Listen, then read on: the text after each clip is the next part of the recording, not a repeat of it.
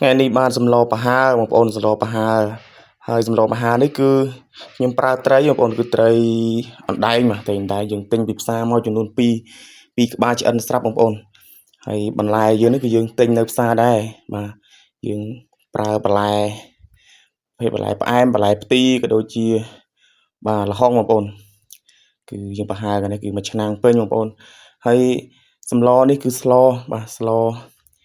ជួបជុំគ្នាបងប្អូនហូបពេលល្ងាចបងប្អូនពេលល្ងាចបាទជាស្លពីថ្ងៃនោះយើងមានមួយមុខហើយបាទហូបហើយក៏យើងស្លទុកល្ងាចទៅបងប្អូននេះប៉ុន្តែសម្លនេះយើងស្លពេលថ្ងៃតែទុកល្ងាចចឹងបងប្អូនណាបាទដោយសារល្ងាចយើងមានការជួបជុំហូបបាទជុំបងប្អូនដោយសារមានកម្មវិធីគូកណាត់របស់កូនខ្ញុំចឹងណាបងប្អូនអញ្ចឹងគូកណាត់កូននេះមានមកហូបត្រៀមទុកមួយមុខពីរមុខបងប្អូនពីរមុខហើយសម្លនេះគឺយើងស្លថាសារបងគាត់ចង់ណាបាទគាត់កំងបាទនិយាយទៅគាត់កំងគាត់ចង់ហូបស្លប្រហើរបាទត្រីអណ្ដែងអាំងដល់ពេលអញ្ចឹងពុនរបស់ខ្ញុំក៏គាត់ទិញបន្លែដូចជាល្ហុងដូចជាអនងដូចជាផ្ទីបាទបន្លែគ្រប់មុខបងបន្លែខៀវប្រភេទបន្លែខៀវនោះបាទហើយគឺត្រី2ក្បាលទិញមកគឺធំដែរបងគឺស្លទៅបេះទៅបាទយើងបេះលក្ខណៈឲ្យឃើញវាធំណាបាទបេះអត់ឃើញអត់បេះឲ្យ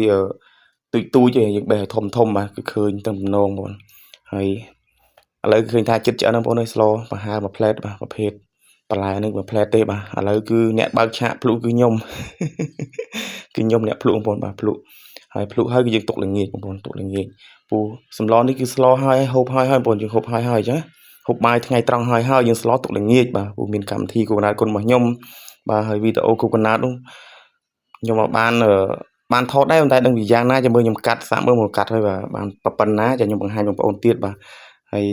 វីដេអូនេះក៏មានតែប៉ុណ្្នឹងដែរបងប្អូនបាទដើម្បីចែកជូនបង្ហាញបងប្អូនបាទសកម្មភាពរបស់ខ្ញុំនៅផ្ទះធ្វើអីខ្លះចឹងណាបាទ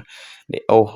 គូកណាត់កោនឹងមានប៉ុណ្្នឹងទេបាទហើយចាំជួបនៅវីដេអូបន្តទៀតបងប្អូនអរគុណច្រើនជម្រាបលាបាយបាយ